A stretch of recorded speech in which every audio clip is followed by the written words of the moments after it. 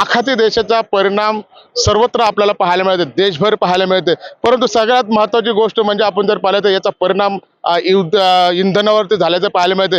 मी Chhatrapati संभाजीनगरच्या Naira petrol पंपाजवळ आलेलो आहे। या ठिकाणी आपण पाहू शकतो की अक्षरशः रात्रीच्या 2-2, 3-3 वाजेपासून रिक्षा चालक जे आहे तर या रांगा लावलेल्या आपल्याला पाहायला मिळते। एकीकडे जर पाहिलं तर या पेट्रोल पंपाच्या दोन्ही बाजूने जवळपास 3-3 किलोमीटरच्या रांगा या ठिकाणी आपल्याला लावल्याच्या पाहायला मिळतात आणि अनेक रिक्षा चालक आहेत रात्रीच्या 2 ते 3 वाजेपासून या लाईनीला उभा राहिलेले आहेत। त्यामुळे मात्र मोठ्या संख्येने या ठिकाणी गर्दी झाल्याचे देखील आपल्याला पाहायला मिळते।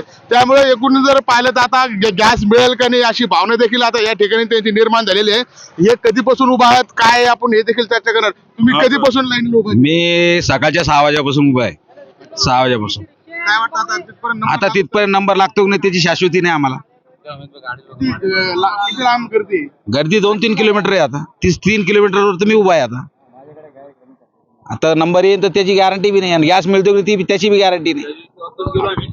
वापस गेलो आता इतक्या वेळ तुम्ही उभा आहात, काही लोक म्हणतात की आम्ही 2 वाजेपासून रात्री 3 वाजेपासून लाईनीला उभा आहात। मी पण 1 वाजतापासून रात्रीचे रात्री 1 वाजेपासून 1 वाजता आता नंबर कधी लागेल? मला आता काय माहिती आता कधी लागतो काय लागतो काय भरोसा नाही आहे। आणि तिथे गेले आणि गॅस संपला पुन्हा दिवस पण तेच करणार काय करणार सर 3 दिवसापासून तेच चालू आहे आणि गॅस इथे या पंपावर येतो दुसऱ्या पंपावर गॅस येत नाही असं का बरं?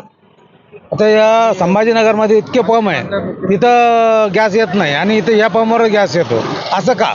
तुम्ही कधीपासून लाईनीला उभा आहात आणि काय तुमच्या भावना? सकाळी 6:30 वाजल्यापासून काय वाटतं कितपर्यंत नंबर लागेल का? राम भरोसा आहे मिळाला तर ठीक नाही तर गाडी इथंच लावून घरी जाणे। आता काय करणार तुमचं उदरनिर्वाह कसं होणार? रोड असं चाललं मग त्याला काहीच करू शकत नाही सर। सरकारनं ते घ्यायला पाहिजे निर्णय काहीतरी रिक्षावाल्यांसाठी व रिक्षावाल्यांना रोजी रोटी तरी मिळायला पाहिजे कारण त्यांच्या पाठीमागे घरातले 10 जण राहतात एका रिक्षाच्या पाठीमागे। त्यांना जर नाही खायला मिळालं तर मग करणार काय रिक्षावाले?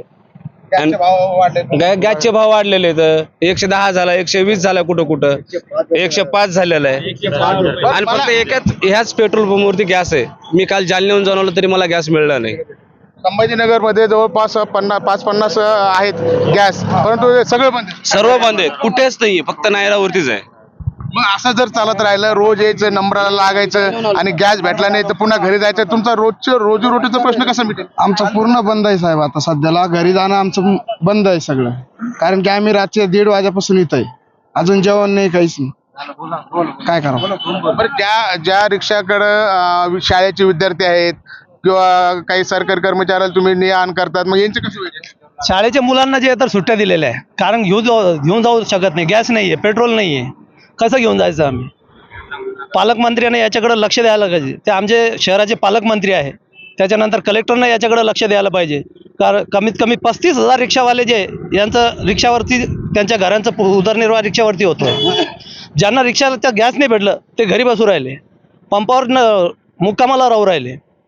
घरी काय विचार चालू आहे पप्पा गेलेले आहे काहीतरी घेऊन येणार आहे तवे आमचं चूल पेटन म्हणून आणि परिस्थिती अशी झालेली का कोणताही मंत्री कोणताही आमदार याच्याकडे लक्ष घालत नाही। सरकार म्हणते खुद्द देवेंद्र फडणवीस म्हणताय का गॅसचा पेट्रोलचा इंधनाचा पूर्ण मुबलक साठा आहे। मग हे साठा चालला कुठं? रिक्षावाल्यापर्यंत पोहोचतो का हा साठा? पालकमंत्री म्हणते आहे का इथं साठा आहे मग कुठे रांगा कशाला लागू राहिले? आपल्या औरंगाबाद संभाजीनगरमध्ये 25 पंप आहे 25 मध्ये कमीत कमी 5 पंप त्यांनी चालू केले तर एवढ्या रांगा लागणार नाही आणि रिक्षावाला जे तर उपाशी मरणार नाही।